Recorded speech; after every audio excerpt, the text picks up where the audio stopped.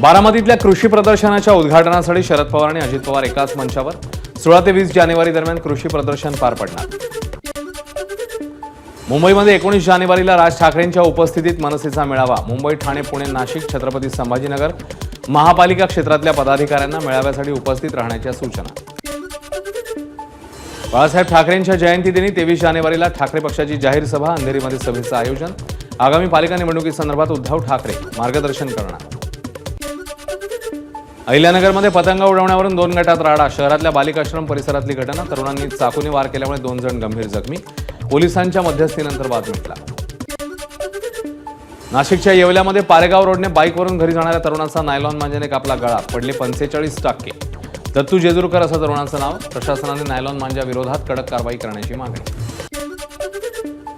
भंडाऱ्यामध्ये short सर्किटमुळे व्यावसायिक इमारतीला आग। अग्निशमनने वेळीच आगीवर नियंत्रण मिळवल्यानं मोठी दुर्घटना टळली। जम्मू काश्मीरमधील नौशेरा येथे भूसुरुंगाचा स्फोटामध्ये 6 जवान जखमी। भवानी सेक्टरमधली माकडी भागात स्फोट। ही घटना घडली तेव्हा 5x3 गोरखा रायफल्सची एक तुकडी खांबा किल्ल्याजवळ गस्त घालत होती। एबीपी माझा, उघडा डोळे बघा नीट।